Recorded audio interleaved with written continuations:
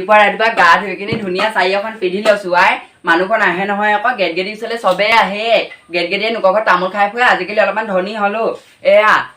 চচুবাৰীৰ পৰা দি পঠাইছে এই চাৰিখন বিচনা তোলাই নাই সেই পিল্লা মাতাটো সেই বিচনা তোলাই নাই বিচনাখন মোলে থৈছে গ'ল মুটনি সোপা খাবলৈ ৰাতিপুৱা মুটনি সোপা খাবলৈ যায় কালি খুৰীদজনী ঘৰত ঠিকছে চুক কেইটামান কৰি আহিলোগে সেইজনী চাগে আজি কান্দি আছে মতাকে দিব চাগে আজি দিলেও দিয়ক সেই মতাটো বহুত মাৰ খাই থাকে মোৰ পৰা খাই থাকে নোকবা খাওক বিচনাখন তুলি লৈ এতিয়ালৈকে বিচনা তোলাই নাই বিচনাখন তুলিবলৈ মই থ'ব লাগে বিচনাখন